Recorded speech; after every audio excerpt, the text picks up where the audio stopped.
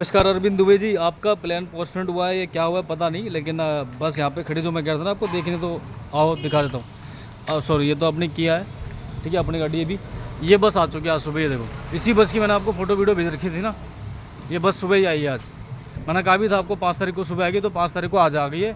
और ये मैं वीडियो बना भी रहा हूँ। इसी रोड में मेरा ऑफिस है, राधे ट्रेवल्स के नाम से, नांगलोई आप आओ और बस आपको दिखाता हूँ, अंदर से भी आ दो, पहले बाहर से देख लो,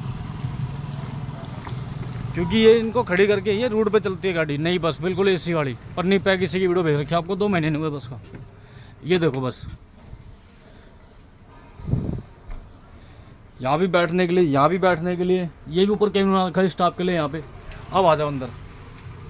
अंदर ऊपर नीचे सारे कैबिन है। इस बस का एक ही फ़ायदा है कि ये सीटिंग बन रखी है अभी, इसको आप यहाँ से गिरा दो तो स्लीपर नीचे वाला स्लीपर बन जाएगा। देखो, यहाँ पे बैठाना चाहो तो 6 जने बैठ सकते हैं, और गिराना चाहो तो पूरा स्लीपर बन सकता है। देखो, और अपना कैबिन बंद करो, आराम